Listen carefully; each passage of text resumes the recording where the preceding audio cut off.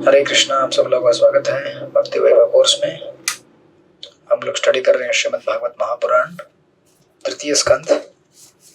हम लोग last time अध्याय नंबर 4 में रुक गए थे। विदुर अप्रोचेस मैत्रेय।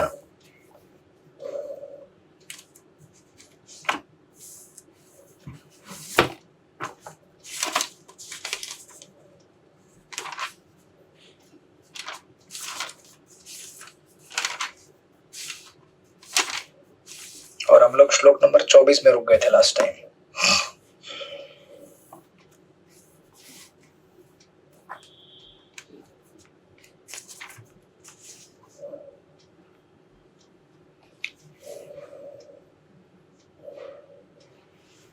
या 23 और 24। श्री सुखदेव गोस्वामी ने कहा, उद्धव से अपने मित्रों तथा संबंधियों के संहार के विषय में सुनकर विद्वान विदुर ने स्वयं के दिव्य ज्ञान के बल पर अपने असह्य शोक को प्रशमित किया। भगवान के प्रमुख तथा अत्यंत विश्वस्त भक्त उद्धव जब जाने लगे तो विदुर ने स्नेह तथा विश्वास के साथ उनसे प्रश्न किया। राइट। और श्रील प्रभुपाद ने परपट में लिखा था, विदुर उद्धव से काफी बड़े थे। पारिवारिक संबंध में भी उद्धव कृष्ण के समकालीन भाई थे, जबकि विदुर कृष्ण के पिता वसुदेव की उम्र के थे। किंतु उद्धव उम्र में कम होते हुए भी भगवत भक्ति में अत्यधिक बढ़े चढ़े थे, इसलिए उन्हें यहाँ पर भगवान के भक्तों में प्रमुख कहा गया है। तो हमने लास्ट टाइम इसको कंक्लूड करते समय देखा था किस प्रकार 3 प्रकार के वृद्ध व्यक्ति होते हैं, वयोवृद्ध, ज्ञान वृद्ध और शील वृद्ध। व्यक्ति उम्र से बड़ा हो सकता है या ज्ञान से बड़ा हो सकता है या फिर शील या कैरेक्टर से बड़ा हो सकता है। राइट। इन इधर केस कोई भी अपने आप को बड़ा नहीं मानता, बट उनको रिकॉग्नाइज किया जाता है और जब सेवा हो तो उस प्रकार की सेवा दी जाती है। जैसे सुखदेव गोस्वामी उम्र में छोटे हैं लेकिन ज्ञान में बड़े हैं। राइट। और नैमिषारण्य में सुत गोस्वामी भी जब प्रवचन कर रहे हैं तो उनके सामने जो असेंबली में लोग बैठे हैं उसमें से बहुत सारे लोग वयोवृद्ध होंगे। राइट। तो हमने डिस्कस किया था कि किस प्रकार भक्ति का कल्चर कितना डायनेमिक है और इसी का सीक्वेंस आगे आएगा हमको ये रेफरेंस यहाँ पे क्यों दिया जा रहा है। राइट। सो देन फिर आगे विदुर जी टेक ओवर करते हैं और कहते हैं 25वें श्लोक में पढ़िए श्रेष्ठपति प्रभु। हरे कृष्ण प्रभु जी, धन्यवाद मैम। विदुर उवाच ज्ञानं परं स्वात्मनः प्रकाशं यदाह योगेश्वर ईश्वरस्ते वक्तुं भवान्नो अर्हति यथि विष्णु भृत्यास भृत्यार्थ कृतश्चरन्ति।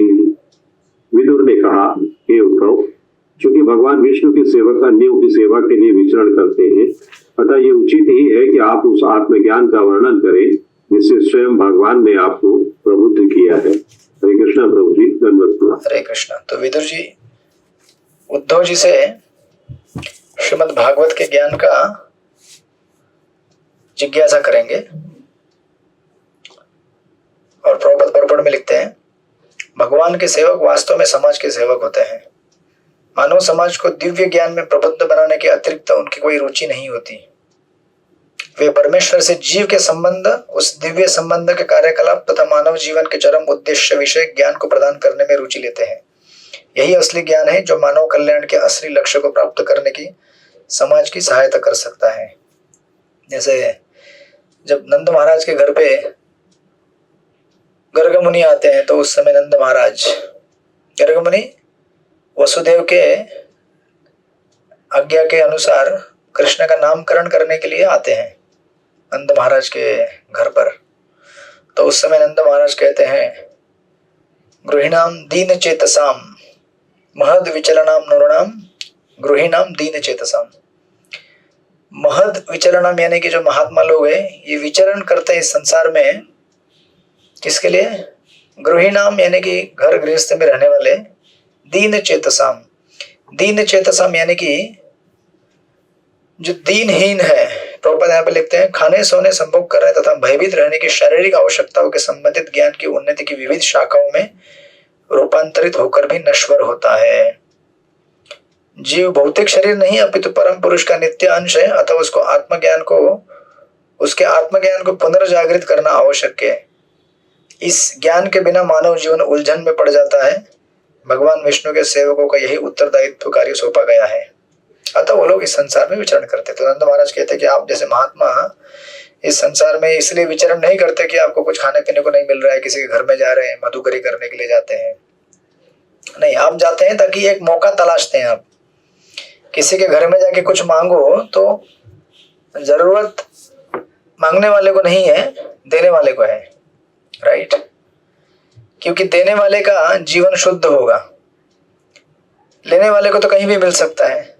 इसलिए अगर हमारे घर में साधु आए, संत महात्मा आए, तो हमारा भाग्य है।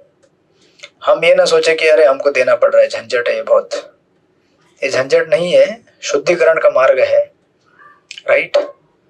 तो इंस्टेड ऑफ थिंकिंग बर्डन, ये हमें देखना चाहिए कि एक अपॉर्चुनिटी है हमको भगवत ज्ञान प्राप्त करने की, राइट? तो इसलिए यहाँ पे विदुर जी इंडिकेट कर रहे हैं कि आप जैसे महात्मा इस संसार में विचरण करते हैं भगवत ज्ञान प्राप्त करने के लिए, right? And then of course proper में नीचे लिखते हैं, ऐसे परम दिव्य ज्ञान को उस अधूरी चिंतन विधि से प्राप्त कर पाना संभव नहीं जैसा कि लौकिक झगड़ालू तथागत विद्वान करते हैं। विदुर उद्धव से उस गुह्य ज्ञान को जानने के लिए उत्सुक थे जो परमाम स्थितिम कहलाता है, जिसे भगवान अपनी दिव्य लीलाओं द्वारा जाने जाते हैं। और प्रभुपाद आगे के परपोर्ट के लिए कनेक्शन जोड़ रहे हैं, कहते हैं यद्यपि विदुर उद्धव से बड़े थे किंतु आध्यात्मिक संबंध में भी उद्धव का सेवक बनने को उत्सुक थे। तो आध्यात्मिक ज्ञान प्राप्ति के लिए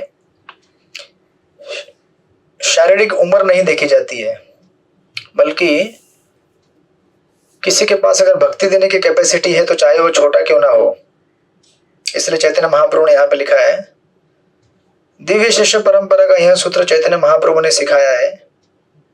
वो जो कोटेशन अब हम पढ़ते हैं कि बशूद्र कि बन्यासी, चाहे शूद्र हो या सन्यासी हो या गृहस्थ हो या ब्राह्मण हो, प्रभुपाद ने ट्रांसलेशन दिया है। अगर व्यक्ति को कृष्ण विज्ञान के बारे में जानकारी है तो वो गुरु बन सकता है, राइट? जो कृष्ण विज्ञान को जानता है, he is a spiritual master. Spiritual master का डेफिनेशन इस तरह से दिया जाता है। तो उद्धव जी कह रहे हैं, विदुर जी कह रहे हैं कि आप जैसे महात्मा भगवत ज्ञान वितरित करने के लिए आए हैं, आप कृपया मुझे भागवतम का वो ज्ञान दे जिससे स्वयं भगवान ने आपको दिया था, राइट? उसके उत्तर में उद्धव जी उत्तर देते हैं, उद्धव उवाच, बोला पढ़िए अनुकंपा शक्ति माता जी, श्लोक नंबर 26। हरे कृष्ण प्रभु। उद्धव उवाच ननु ते तत्व संराज्य ऋषिः कोशारवन्तिके साक्षात् भगवतादिष्टो मर्त्य लोकम जिहासता। श्री उद्धव ने कहा, आप महान विद्वान ऋषि मैत्रेय से शिक्षा ले सकते हैं जो पास ही में है और जो दिव्य ज्ञान की प्राप्ति के लिए पूजनीय है।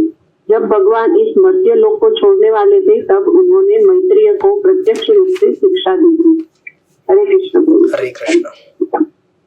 तो आपने पहले भी पढ़ा है, उद्धव जी खुद कहे थे कि जब भगवान कृष्ण ने उनको ज्ञान दिया, मतलब जब उद्धव जी भगवान से मिल रहे थे उस समय मैत्रेय ऋषि भी बाजू में बैठे थे, राइट? आपने देखा था पहले।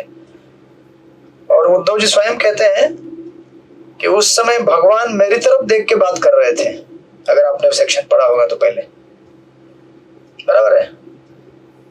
और आचार्य तो परपोर्ट में कहते हैं हमारे कि भगवान ने केवल उद्धव जी को ही निर्देशित करके कथा कही। और उधर लिखते हैं कि एक्चुअली मैत्रेय ऋषि उनको यह ज्ञान डायरेक्टली नहीं दिया। क्यों? क्योंकि मिश्र भक्त थे, वो इज मिक्स्ड डिवोटी। तो अभी देखिए, लेकिन उद्धव के पास जब विदुर जी आए हैं और ज्ञान मांग रहे हैं तो कथा दोनों ने सुनी है, मैत्रेय ऋषि ने भी सुनी है पास में बैठकर और उद्धव जी ने भी सुनी है। और उद्धव जी खुद कहे थे कि कृष्ण मेरी तरफ देख के कह रहे थे बड़े स्नेह से। लेकिन इस समय जब उनको विदुर जी अप्रोच करते हैं और कहते हैं कि आप मुझे शिक्षा दें, उस समय उद्धव जी कहते हैं नहीं नहीं, उस समय मेरे पास मैत्री ऋषि बैठे थे और वो भी दिव्य ज्ञान में भगवान द्वारा शिक्षित किए गए हैं और कह रहे हैं कि प्रत्यक्ष रूप से उन्होंने शिक्षा दी थी। देखिए, मतलब हम भी अगर हमें कोई अगर कृपा मिली है भगवान के भक्तों की या फिर भगवान के डायरेक्टली, तो उसको पब्लिकली एडवर्टाइज करके न दिखाते हुए कितने एकदम इनडायरेक्ट वे में कह रहे हैं कि एक्चुअली क्या है विदुर जी, हम दोनों थे वहां पे और उनको डायरेक्टली ज्ञान कहा है, उन्होंने प्रत्यक्ष रूप से शिक्षा दी, राइट। वैसे देखा जाए तो प्रत्यक्ष रूप से शिक्षा किसको दी गई थी? उद्धव जी को दी गई थी, लेकिन कह रहे हैं ने मैत्री ऋषि को दी थी। ये स्पिरिचुअल कल्चर ही टोटली अलग रहता है। यहाँ पे जिसके पास ज्यादा है वो कहता है कि मेरे पास कुछ नहीं है, हरे कृष्णा। और भौतिक जगत में जिसके पास नहीं रहता है वो कहता है मेरे पास बहुत है, और लोग एडवर्टाइज भी करते हैं। वो आपने कभी अगर किसी ऑफिस या किसी प्रिंसिपल के केबिन के बाहर देखा होगा तो डिग्री का एक लाइन लगा रहता है, एमफिल, डीफिल, डीएचडी, पीएचडी, क्या क्या रहता है, लंबा लंबा लंबा ऐसा। मैं तो कहता हूँ ऐसे लिख दिया तो भी पता नहीं चलेगा, नहीं किसको पता है? खाली 1 2 3 डिग्री छोड़ के बाकी किसको मालूम पड़ता है, एक मास्टर डिग्री, बैचलर डिग्री और पीएचडी, एमफिल, बस।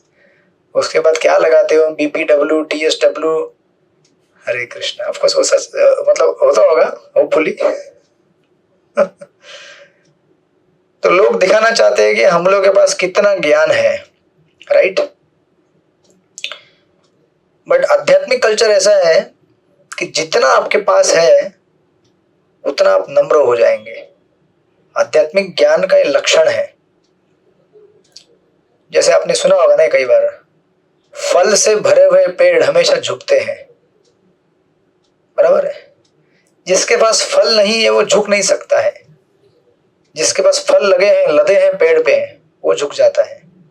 स्पिरिचुअल ज्ञान भी ऐसा है, जिसके पास भर भर के भगवान की भक्ति और नाम है, हरे कृष्ण कृष्ण कृष्ण हरे हरे, हरे राम राम राम हरे हरे, वो व्यक्ति कभी भी अपने ज्ञान का आडंबर नहीं फैलाता संसार में, या फिर भक्ति का तमाशा नहीं करता है, प्रूव करने की कोशिश नहीं करता है कि मुझसे बढ़कर कोई नहीं है।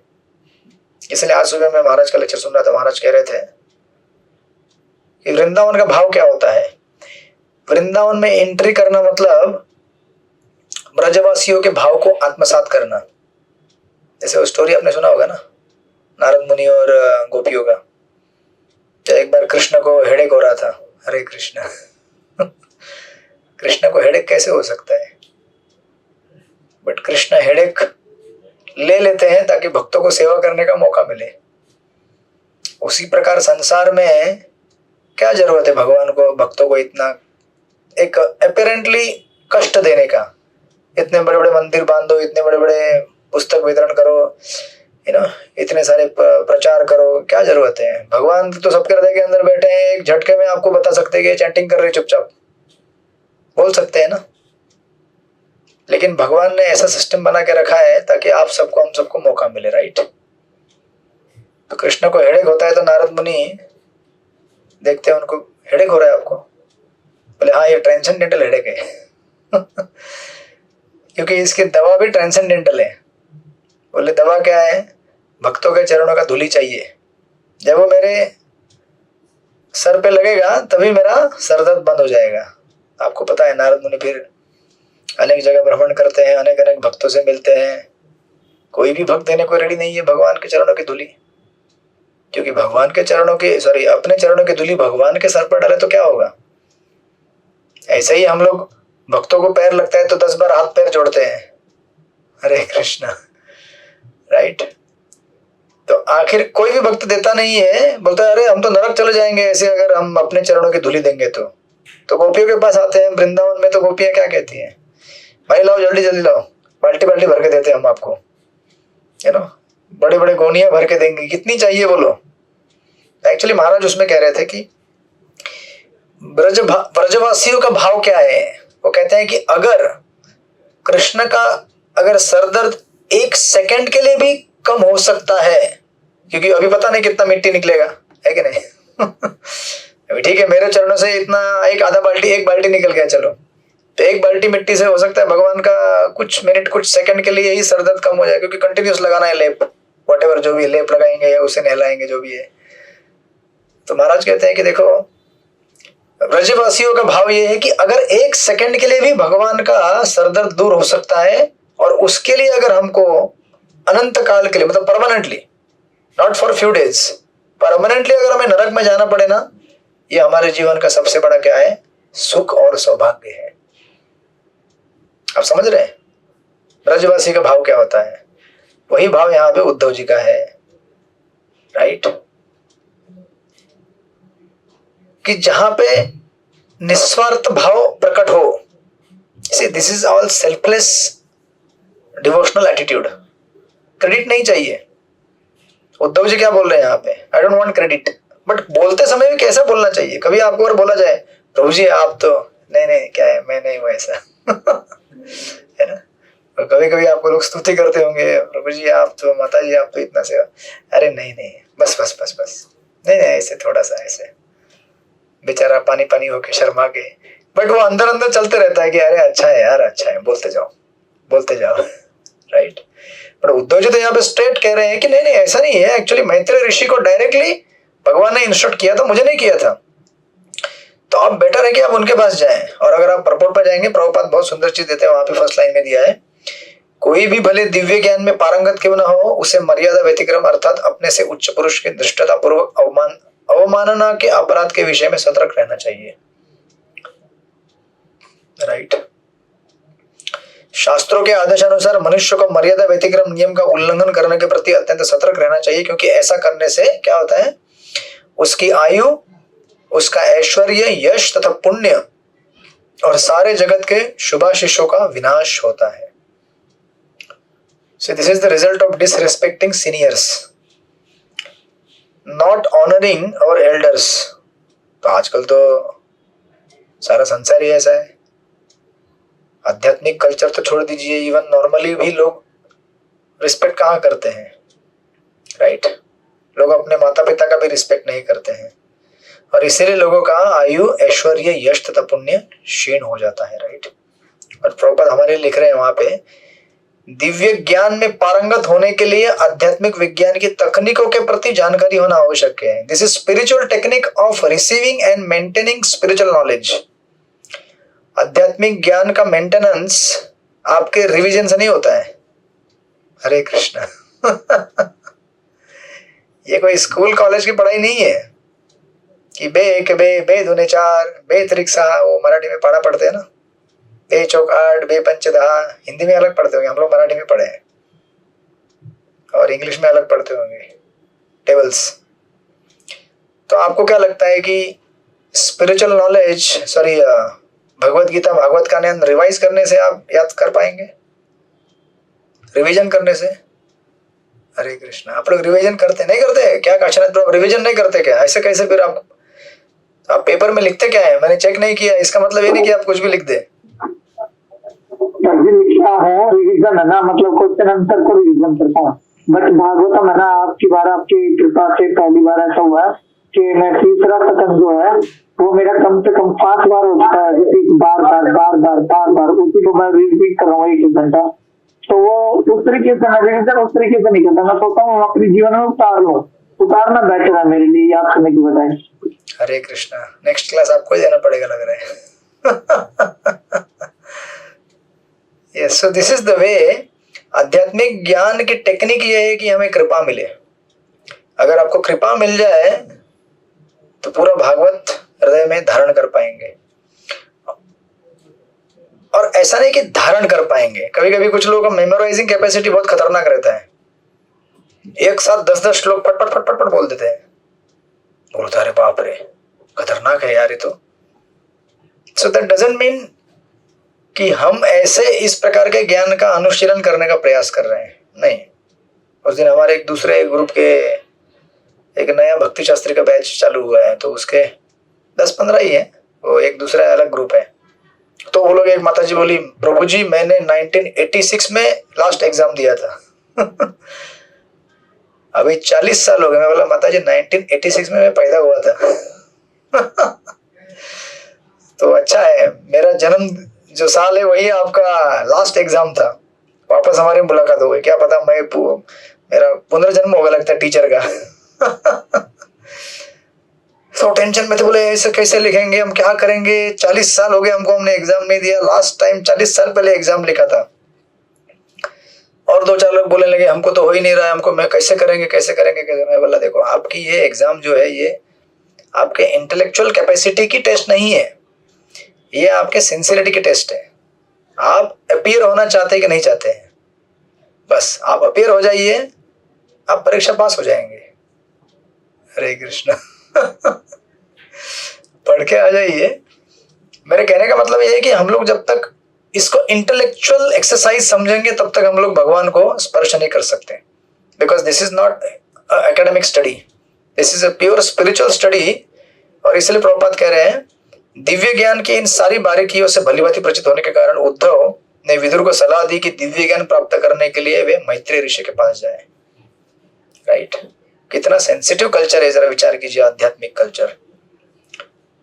और अगर हम इस ज्ञान में तथाकथित डिग्री लेकर अगर चल रहे हैं, हम सोच रहे हैं कि अरे हमें तो भक्ति हुई पढ़ ली, भक्ति शास्त्री हो गए हमारा, अभी हम सब कुछ हो गए, कुछ भी नहीं हुआ है हमारा, जब तक हम इन टेक्निक्स को, बारीकियों को ठीक से एक्सरसाइज नहीं करते। इसलिए प्रभुपाद कह रहे हैं, विदुर उद्धव को अपना गुरु मानना चाहते थे, किंतु उद्धव ने यह पद स्वीकार नहीं किया, क्योंकि विदुर उद्धव के पिता जितनी उम्र के थे, अतः उन्हें उद्धव उन्हें शिष्य रूप में स्वीकार नहीं कर सकते थे। विशेष रूप से देखिए अभी सेकंड लाइन, विशेष रूप से जब मैत्रेय पास में उपस्थित थे। चलो अगर मैत्रेय ऋषि नहीं होते वहां पे तो भी एक बार अगर आपने शिक्षा दी होती, क्योंकि आपको शिक्षा मिली है तो अलग बात थी, लेकिन स्पेशली जब मैत्रेय ऋषि उपस्थित हैं तो आप ये नहीं कर सकते। इसलिए प्रभुपाद लिखते हैं, नियम यह है कि अपने से बड़े पुरुष की उपस्थिति में उपदेश देने के लिए किसी को उत्सुक नहीं होना चाहिए, चाहे कोई कितना ही दक्ष तथा निष्णांत क्यों न हो। इसलिए उद्धव ने विदुर जैसे वयोवृद्ध व्यक्ति को एक अन्य वयोवृद्ध व्यक्ति मैत्रेय के पास भेजने का निर्णय लिया। वे भी निष्णांत थे, क्योंकि भगवान ने मर्त्यलोक से प्रयाण करते समय उन्हें भी स्वयं उपदेश दिया था। क्योंकि उद्धव तथा मैत्रेय दोनों ही को सीधे भगवान ने उपदेश दिया था, अतः दोनों को विदुर का या अन्य किसी का गुरु बनने का अधिकार था। But because Maitreya Rishi was Elder, he was given preference, right. इसलिए प्रभुपाद आगे इंस्ट्रक्शन देते हैं, किसी मनुष्य को लाभ तथा यश के लिए सस्ता अध्यात्म गुरु बनने के लिए उत्सुक नहीं होना चाहिए, अभी तो केवल भगवान की सेवा के निमित्त ही गुरु बनना चाहिए। भगवान कभी भी मर्यादा व्यतिक्रम की दुष्टता को सहन नहीं करते। मनुष्य को चाहिए कि अपने निजी लाभ तथा यश के लिए वयोवृद्ध गुरुओं के प्राप्य सम्मान में ऊपर चढ़ी न करे। छद्म गुरु के लिए ठिठाई करना आध्यात्मिक साक्षात्कार में प्रगति के लिए अत्यंत घातक है। सो देयरफॉर स्पिरिचुअल कल्चर ऐसा है कि हमें जब बोला जाता है तभी हम इन सेवाओं को स्वीकार करते हैं। बराबर सृष्टिपति प्रभु, स्पेशली जहां पे आपको डिस्कोर्सेस करने हैं, कीर्तन करने हैं, ऐसी चीजें जब आपको बोली जाए तभी करना उचित होता है, उछल कूद कर नहीं कि मुझे करना है। ठीक है, आप एक्सप्रेस भी कर सकते हैं कि मुझे इच्छा है, अगर आप मुझे ये सेवा देने के आशीर्वाद दें तो। इस तरह से इसको अप्रोच किया जाता है, क्योंकि आप यहाँ पे कोई लेक्चरर बनने के लिए नहीं आए हैं, ये एक सेवा है। दिस इज अ वैष्णव सेवा, राइट। सो लाइक दैट, इसलिए उद्धव जी ने विदुर जी को कहा कि आप मैत्रेय ऋषि के पास जाइए और वही आपको इस ज्ञान को दे सकते हैं। वेरी इंपॉर्टेंट परपोर्ट, स्पेशली वो लाइन, दिव्य ज्ञान की इन सारी बारीकियों से भलीभांति परिचित होने के कारण उद्धव ने विदुर को यह सलाह दी। So these are all technicalities of spiritual knowledge. जो आध्यात्मिक ज्ञान किसी एकेडमिक स्टडी जैसा नहीं है। और इसीलिए, और इसमें दूसरा बात यह है कि कभी कभी हम लोग क्या है ना, एकेडमिक बैकग्राउंड से आए हैं, राइट। अलग अलग डिग्रियां लेकर, कोई डॉक्टर है, कोई इंजीनियर है यहाँ पर, तो हमको लगता है कि हम भी ऐसे पढ़ लेंगे तो जैसे हमको कॉलेज में पास हो गए थे और हमको डिग्री प्राप्त हो गई थी, हो जाएंगे। आप पास हो जाएंगे, डिग्री भी मिलेगी, लेकिन उसका प्रैक्टिकल एप्लीकेशन नहीं कर पाएंगे जब तक आपको ब्लेसिंग्स ना हो।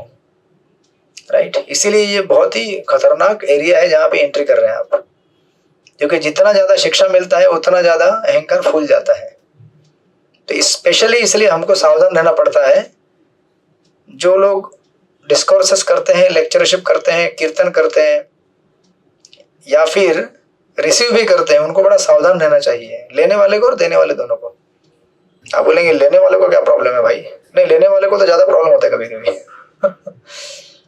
बोलेगा देखो मेरे जैसा कोई पढ़ा लिखा नहीं है, यू नो। वो बोलेगा मेरे को छो मत। क्यों भाई? भागवत पढ़ता हूं मैं। तुम तो गीता पढ़ते हो, अभी भी बच्चे हो तुम, जानते हो मैं 3रा स्कंद पढ़ रहा हूं। चलो यहां से बच्चे जाओ उधर। ऐसे नहीं, यू नो। कोई गीता पढ़ रहा है, भागवत पढ़ रहा है, अगर किसी को भगवान की कृपा हो गई तो गीता के एक श्लोक से वो पूरा मर्म समझ जाएगा शास्त्रों का। और अगर हमें कृपा ना हो, अगर हमें हमारे अंदर गर्व हो, तो पूरा भागवत पुराण 18,000 श्लोक पढ़ने के बाद भी एक बूंद भी नहीं अंदर सिंक होगा। So it is like that. So this is how spiritual culture knowledge का। इसलिए purports are very very important Prabhupada से। देखिए ना, ये चीज आपको ट्रांसलेशन में नहीं मिलेगी, it is only in the purport. इसलिए श्रील प्रभुपाद के परपोर्ट्स को अध्ययन करना, प्रभुपाद ने खुद कहा है, my purports are more important even than translation. तो इसमें एरोगेंस नहीं है, बट प्रभुपाद कहना चाहते हैं कि अगर मर्म आप समझना चाहते हैं शास्त्रों का निचोड़, तो मेरे भक्ति वेदांत परपोर्ट्स में है, otherwise you won't understand anything. कभी जन्म में समझ में नहीं आएगा आध्यात्मिक ज्ञान का अनुचरण कैसे किया जाता है। एंड देन फिर सुखदेव गोस्वामी टेक ओवर करते हैं। पढ़िए बरसाना किशोर माता जी, पढ़िए श्लोक नंबर 27। हरे कृष्ण दंडक। श्री शुकुवाच इति सह विदुरेण विश्वमूर्ते गुणकथया सुदया प्लावित उरुताप क्षणम इव पुलिने यमस्वसुताम समुषितः औपगवी निशाम तत अगात। श्री शुकदेव गोस्वामी म्हणाले, हे राजन, अशा प्रकारे विदुरांबरोबर यमुना नदीच्या काठी दिव्य नाम, गुण, यश इत्यादींची चर्चा केल्यानंतर उद्धव अति दुःखाने पीडित झाला। त्याने संपूर्ण रात्र जणू क्षणभरासारखेच असल्याप्रमाणे घालवली आणि तदनंतर तो तेथून निघून गेला। हरे कृष्ण। हरे कृष्ण। तो इस प्रकार अभी हम उद्धव जी को विदाई दे रहे हैं यहाँ से, राइट। एक मैंने लास्ट टाइम यहाँ पे रामायण की कथा कर रहा था एक जगह पे, तो आपने अगर बालकांड पढ़ा होगा तो विश्वामित्र मुनि की कथा आती है, लंबी कथा आती है। और बालकांड के अंत में जब विश्वामित्र मुनि भगवान राम को दंडकारण्य वन, फिर वहां से सुबाहु, मारीच, ताटक, इन सबका वध करके, अहल्या का उद्धार करके, मिथिला पहुंचकर विवाह करके जब वापस आते हैं अयोध्या आने के पहले ही मिथिला से निकलते हैं, वहीं से विश्वामित्र मुनि वापस हिमालय की तरफ चले जाते हैं। एक लंबा ऐसा एपिसोड है, हर जगह पे विश्वामित्र मुनि का कथा आता है, हर जगह विश्वामित्र मुनि। ऐसा लगता है अभी विश्वामित्र मुनि के साथ बैठे हम लोग बात कर रहे हैं। ऐसे लगभग मुझे लगता है 6 महीने तक कथा चली थी वो। फिर अचानक स्टॉप, अभी विश्वामित्र मुनि का नाम आएगा नहीं आगे। है ना। आप अगर लंबा टाइम स्पेंड करें ना, इवन शास्त्र पढ़ते पढ़ते, तो वो पर्टिकुलर पर्सनालिटी के साथ आपका एक आसक्ति बन जाता है, लगाव बन जाता है। फिर ऐसा लगता है अरे अभी विश्वामित्र मुनि चले गए, अभी इनका संग नहीं मिलेगा हमको। एक सेपरेशन फीलिंग आता है। हमारे भक्त भी कह रहे थे कि थोड़ा सेपरेशन फीलिंग हो रहा है, विश्वामित्र मुनि चले गए अभी। और उधर लिखा है कि विश्वामित्र मुनि now he is gone, now he will not come back, उनका सेवा पूरा हो गया, राइट। यहाँ पे आपको उद्धव जी हमारे लिए 11वें स्कंद में आएंगे वापस। तो उद्धव जी यहाँ से जा रहे हैं और वो कहते हैं कि उन्होंने सारी रात एक क्षण की तरह बिताई। जहां पे भगवान के भक्त बैठ के कथा कीर्तन करते हैं, पता भी नहीं चलता समय कैसे बीत गया। ऐसा लगता है कि अभी तो क्लास स्टार्ट हुआ था, अरे अभी तो कीर्तन स्टार्ट हुआ था, खत्म हो गया। आध्यात्मिक एसोसिएशन का ये क्वालिटी होता है, एब्जॉर्प्शन। इसलिए देखिए, कभी अगर आपको ऐसा लगे कि बहुत स्ट्रेस है या फिर बहुत ये हो रहा है, शांति से किसी भक्त को बुलाइए या फिर कोई कथा प्रारंभ कर दीजिए और कथा सुनते रहिए, सुनते रहिए, सुनते रहिए। पता भी नहीं चलता कैसे 1, 2, 3, 4 घंटे बीत गए। प्रभुपाद तात्पर्य में लिखते हैं, यहाँ पर एक कृष्ण के लिए विश्वमूर्ति शब्द का प्रयोग हुआ है। उद्धव तथा विदुर दोनों ही भगवान कृष्ण के प्रयाण से अत्यधिक दुखी थे। वे भगवान के दिव्य नाम, यश तथा गुणों के बारे में जितनी अधिक चर्चा करते गए उतना ही उन्हें भगवान का चित्र सर्वत्र दृष्टिगोचर होने लगा। Right, so something like that. Then फिर परीक्षित महाराज कहते हैं, पढ़िए चित्रलेखा सखी माता जी, श्लोक नंबर 28 पढ़िए। हरे कृष्ण, दंडवत प्रणाम। राजोवाच निधनम् उपगतेषु ऋषिभोजेषु अभिरथयुथपेषु मुख्य स तु प्रथमो अवशिष्ट उद्धवो यद्धारी रपि तत्तेज आकृतिं प्रदिशः। राजाने विचारले, त्रिलोक्याधिपती भगवान श्रीकृष्णांच्या लीला समाप्त झाल्यानंतर आणि सर्वोत्तम सरसेनापती असणाऱ्या ऋषी व भोज वंशीयांच्या अंतर्धानानंतर एकटा उद्धव मागे का राहिला? हरे कृष्णा, दंडवत। तो परीक्षित महाराज पूछ रहे हैं कि भाई इतने सब लोग जाने के बाद जिस लिस्ट दिया है, राइट, उद्धव जी पीछे क्यों रह गए? दोनों को प्रपट में प्रभुपाद ने टेक्निकल वर्ड्स का एनालिसिस किया है। निधनम, आकृतिम, उपगतेषु, राइट। जैसे उपगतेषु शब्द तीसरे पैराग्राफ में दिया है अर्थ। उपगतेषु शब्द महत्वपूर्ण है। वृष्णि तथा भोज कुलों के सारे सदस्य सीधे भगवान के धाम पहुंच गए। अन्य भक्तगण भगवत धाम सीधे नहीं पहुंचते, किंतु भगवान के शुद्ध संगियों को भौतिक जगत के किसी भी लोक के ऐश्वर्य के प्रति आकर्षण नहीं होता। कभी कभी जिज्ञासावश भगवत धाम पहुंचने वाले कुछ भक्तों का पृथ्वी के ऊपर के उच्चतर लोगों के ऐश्वर्य के प्रति कुछ आकर्षण होता है, अतः वह सिद्धि प्राप्त करते समय वे उन्हें देखने की इच्छा करते हैं। किंतु वृष्णि तथा भोजों को सीधे वहां भेज दिया गया क्योंकि उन्हें कोई भौतिक लोगों के प्रति आकर्षण नहीं था। राइट, सो लाइक दैट भगवान का इस जगत से प्रयाण करने समय का ये प्रसंग है। और उद्धव जी रुक गए, प्रभुपाद लिखते हैं लास्ट के 3 लाइनों में, भगवान कृष्ण ने अपने प्रयाण के पश्चात संकेत द्वारा उद्धव को बद्रिकाश्रम जाने का आदेश दिया और शुद्ध भक्त होने से उद्धव ने भगवत धाम वापस जाने की अपेक्षा अधिक श्रद्धा पूर्वक उस आदेश का पालन किया। भगवान के धरातल से भगवान के प्रयाण के बाद भी उनके अकेले रहते जाने की यही कारण था। सो एसोसिएशन मतलब भगवान का संग हमें वास्तविक प्राप्त हो सकता है अगर हम उनके ऑर्डर को फॉलो करें, नहीं तो कभी कभी साथ में रहने से भी हमें भगवान का अनुभूति नहीं होगा अगर हम सेवा के मोड में नहीं है। Service is more important than just physical association. Uddhav ji के लिए महत्वपूर्ण है भगवान का आदेश, उनकी सेवा, राइट। अदरवाइज वो क्या कहते हैं उसको इंग्लिश में, फैमिलियरिटी ब्रीड कॉन्टेम्प्ट्स, राइट, अति परिचयात अविज्ञा। तो आप अगर गुरु महाराज के बाजू में बैठे साथ में मेरे गुरु महाराज देखते रहे तो क्या होगा इससे? गुरु बोलेंगे अरे जाओ कुछ सेवा करो, झाड़ू पोछा करो, कुछ बुक बांटो, प्रचार करो, कुकिंग सेवा में जाओ लगो। नहीं गुरु जी मैं आपके साथ रहूंगा, तो फिर हम टिक नहीं सकते, राइट। तो गुरु जी को देखते रहोगे फिर बोलोगे अरे गुरु जी ऐसे बैठते हैं, मैंने सोचा था कि आध्यात्मिक गुरु ऐसा नहीं बैठते हैं, थोड़ा टिक लगा के ऐसे। तो अभी क्लास चालू है तो मैं ऐसे बैठा हूं राइट, या फिर आप ऐसे बैठे सीधे, जो वीडियो ऑफ हो जाएगा क्लास खत्म हो जाएगी तो हरे कृष्णा। तो ज्यादा पास में रहना भी हमारे लिए अच्छा नहीं है। जो स्पिरिचुअली ज्यादा एडवांस लोग हैं, शुद्ध भक्त होते हैं, उनके साथ ज्यादा इंटीमेट होने के पहले सोचना चाहिए 10 बार।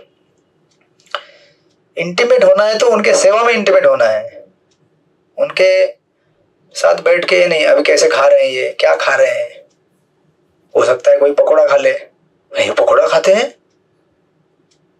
क्यों नहीं खाएंगे पकोड़ा, राइट। बट हम अगर एकदम इमैच्योर हैं, सुपरफिशियल अंडरस्टैंडिंग है आध्यात्मिक जीवन की, तो हम लोग अपराध कर बैठेंगे। इसलिए बेटर हमारे लिए है कि हम लोग ज्यादा सेवा में रत रहें rather than trying to associate physically, right. बोलिए काशीनाथ प्रभु, आप कुछ पकोड़ा खाते हैं?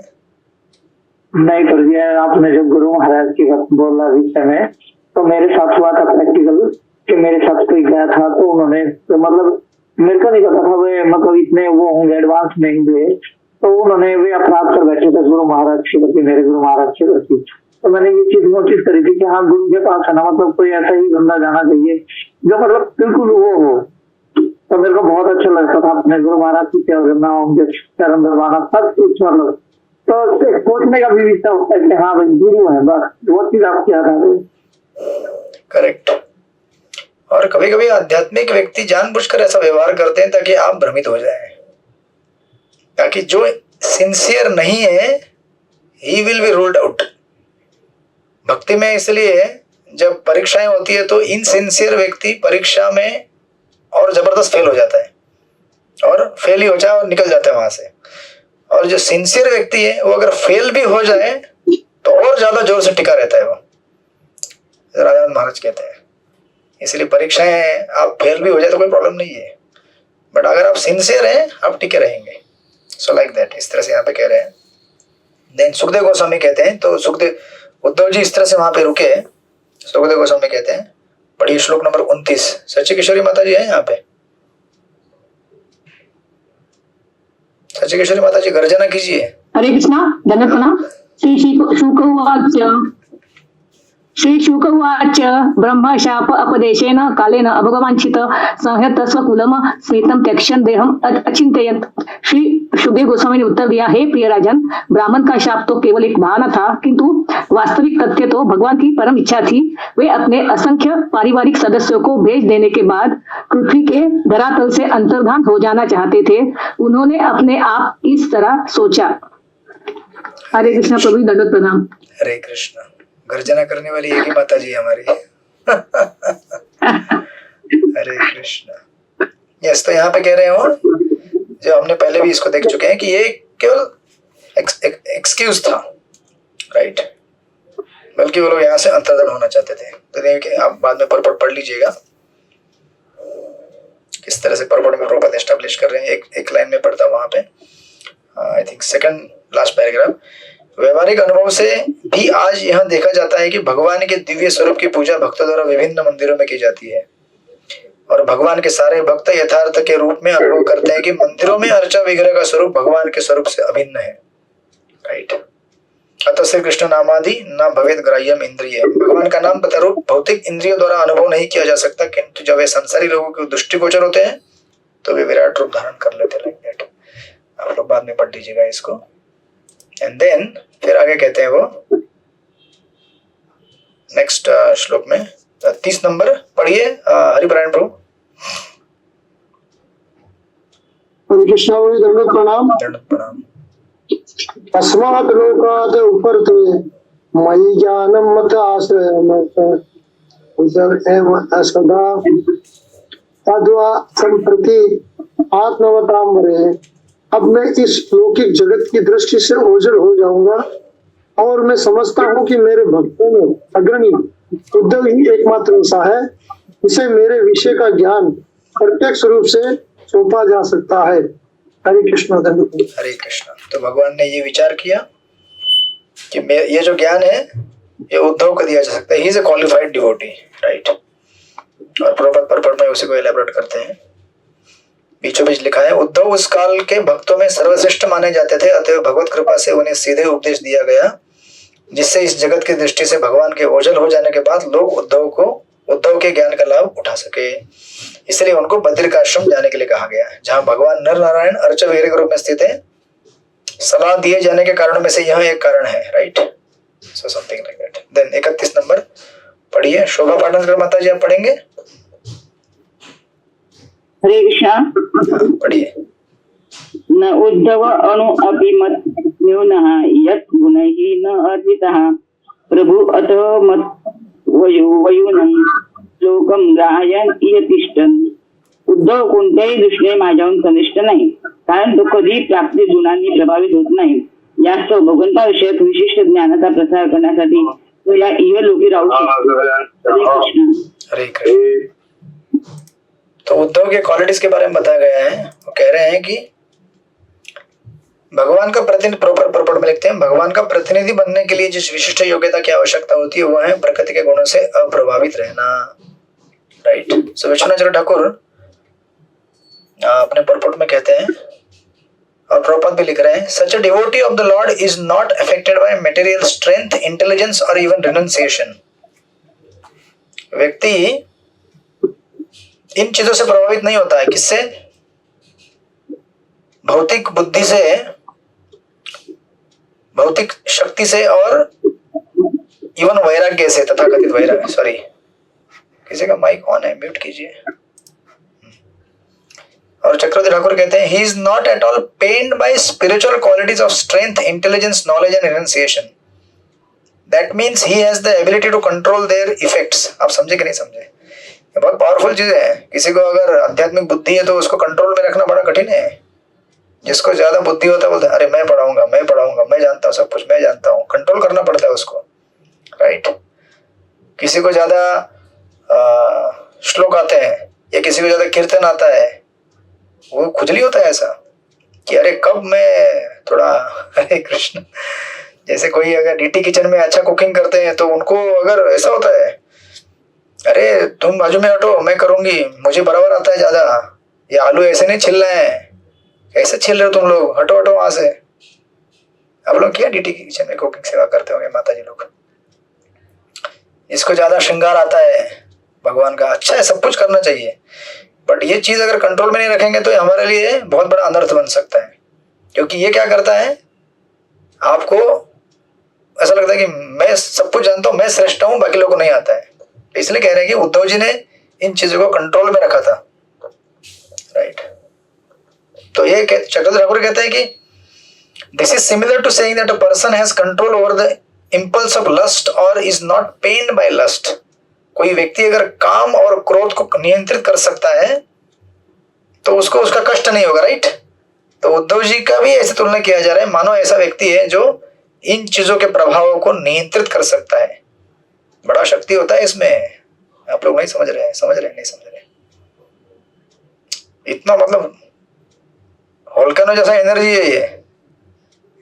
ज्यादा आना मतलब अच्छा आना, ये बहुत बड़ा भयानक शक्ति है। अगर ये कंट्रोल में रख नहीं सके तो इसे उत्पात मच जाएगा, राइट। उत्पात मच जाएगा मतलब झाड़ू मारते समय भी ये झाड़ू ऐसे नहीं मारेगा, हटो हटो वहां से, ऐसे झाड़ू मारने का। तिलक कैसे लगाते हैं, हटो ऐसे ऐसे लगाते हैं, ऐसे सीधे थोड़ा ऐसा। कुछ भक्त ऐसे होते हैं, ऐसे एक बार लगा देते सीधा लगा देते हैं स्ट्रेट। मैं कम से कम 3 बार पूछता हूँ। तो कोई जो एक शॉट पे लगा देते क्या तिलक लगाते हैं, थोड़ा ऐसा थोड़ा ऐसे। तो कुछ भी कहीं भी हमें गर्व हो सकता है किसी भी चीज का। दैट्स व्हाई वो कह रहे हैं यहाँ पे ये क्वालिटी उद्धव जी के अंदर है, राइट। तो 5 मिनट और एक्स्ट्रा लेंगे हम लोग। आप लोग ओके? 5 मिनट जी। पर जी दोबारा बताना ये वाला तो पॉइंट आप कर रहे थे, तो इसी में 5 मिनट चला जाएगा। मैं कह रहा हूं कि स्पिरिचुअल क्वालिटीज होना ये बहुत बड़ा डेंजर है कभी कभी। आई मीन टू से कि अच्छा है, होना ही चाहिए, लेकिन इन चीजों को अगर नियंत्रण में ना रखें तो इन चीजों से हमारा पतन हो जाएगा। अरे सिंपल है ना यार। जैसे देखो, आपके घर में चाकू है, सबके घर में चाकू है, राइट। और चाकू बहुत अच्छा है ना सब्जी काटने के लिए, नहीं? बट हरे कृष्ण, उससे और कुछ मत करना। चाकू का इस्तेमाल धार है इसलिए उसको सिर्फ सब्जी कटिंग के लिए इस्तेमाल करना चाहिए और किसी की लड़ाई झगड़े के लिए नहीं करना चाहिए। तो पावर जो होती है, एनर्जी, उसको कंट्रोल में रखना बहुत बड़ी कला है। या आप और मैं नहीं समझ पाएंगे जिनको श्लोक पढ़ने नहीं आते ठीक से। ऐसे फट फट फट फट श्लोक पढ़ते हैं, कीर्तन ऐसा हारमोनियम सामने रख देगा तो ऐसे उंगलियां घूमते, खट खट खट खट खट खट, ऐसे उंगलियां देखा किसी को? ऐसे उंगलियां ऐसे सरल, ऐसे कठिन होता है बहुत कंट्रोल करना, बट करते हैं हमारे भक्त लोग और करना चाहिए। सो दैट्स व्हाई यहाँ पे कह रहे हैं कि इन चीजों को उद्धव जी ने कंट्रोल किया था। That's why he was qualified to become representative of the lord, right. ठीक है,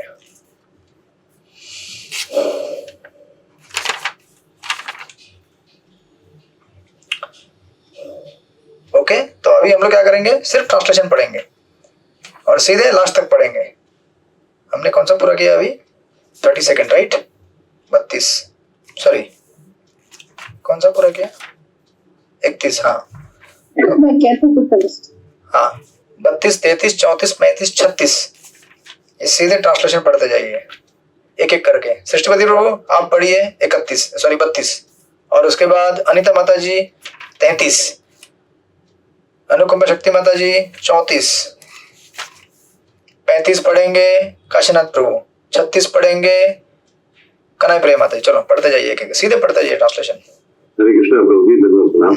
सुखदेव गोस्वामी ने राजा को सूचित किया कि इस तरह समस्त वैदिक ज्ञान के स्रोत और तीनों लोकों के गुरु पूर्ण पुरुषोत्तम भगवान द्वारा उपदेश दिए जाने पर उद्धव बद्रिकाश्रम तीर्थ स्थल पहुंचे और भगवान को तुष्ट करने के लिए उन्होंने अपने को समाधि में लगा दिया। यस, हरे कृष्णा। तो बद्रिकाश्रम पहुंच गए, अभी आगे क्या होता है पढ़िए वहां पे। नेक्स्ट कौन है? हरे कृष्ण प्रणाम। विदुर ने उद्धव से इस मृत्यु लोक में परमात्मा अर्थात भगवान कृष्ण के आविर्भाव तथा तिरोभाव के विषय में भी सुना, जिसे महर्षि गण बड़ी ही लगन के साथ जानना चाहते हैं। हरे कृष्ण। हरे कृष्णा। देन नेक्स्ट 34, 34 नंबर कौन है?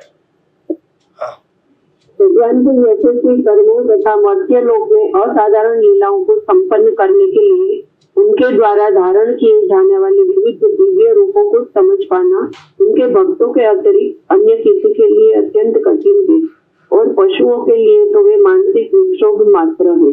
हरे कृष्ण। पशुओं के लिए मानसिक पढ़िए। वह सुनकर कि इस जगत को छोड़ते समय भगवान श्री कृष्ण ने उनका स्मरण किया था, विदुर प्रेम भाव से अभिभूत होकर जोर जोर से रो पड़े। हरे कृष्ण प्रभु, पंचांग प्रणाम। यमुना नदी के तट पर कुछ दिन बिताने के बाद स्वयं सिद्ध आत्मा विदुर गंगा नदी के तट पर पहुंचे, जहाँ मैत्रेय मुनि स्थित थे। हरे कृष्ण प्रभु। हरे कृष्णा। तो इन सारे श्लोकों में बेसिकली उद्धव जी का बद्रिकाश्रम जाना, उसके बाद विदुर जी का या मैत्रेय मुनि के पास जाकर मिलना, इसका वृत्तांत है। और प्रभुपाद के एक दो परपोर्ट्स के पॉइंट से कल हम देखेंगे इसको। वैसे चैप्टर पूरा हो गया है, इसमें ज्यादा कुछ टेक्निकल पॉइंट्स नहीं है डिस्कस करने के लिए।